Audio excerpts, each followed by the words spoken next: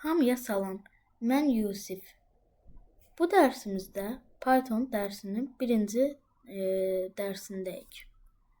Python nədir, nə haqdadır, bunu danışacağıq. Biz Python dərslərimizdə təqdimatlarla, sənədlərlə işləyəcəyik. Yəni, maraqlı bir dərslər olacaq. Kanala abunə olub like atmağı unutmayın. İndi isə dərsimizə keçək.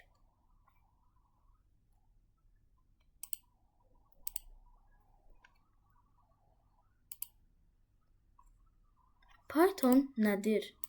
Python simvolu budur. Python haqqında. Python yüksək səviyyəli proqramlaşdırma dilidir. 1991-ci ildə Guy Van Rossum tərəfindən yaradılıb. Sadə və oxunaqlı sintaksə malikdir. Açıq mənbə kodludur. Python üstünlükləri nələrdən ibarətdir? Sadə öyrənilməsi, çoxsaylı kitabxanalar və frameworklar. Platformadan asılı deyil, böyük icma dəstəyi var.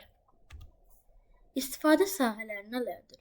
Web inkişafı, məlumatların analizi və süni intellekt, avtomatlaşdırma, oyun və tətbiq inkişafı.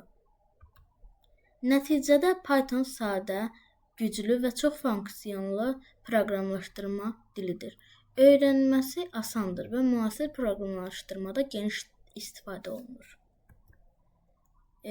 Təqdimatım bu qədər idi.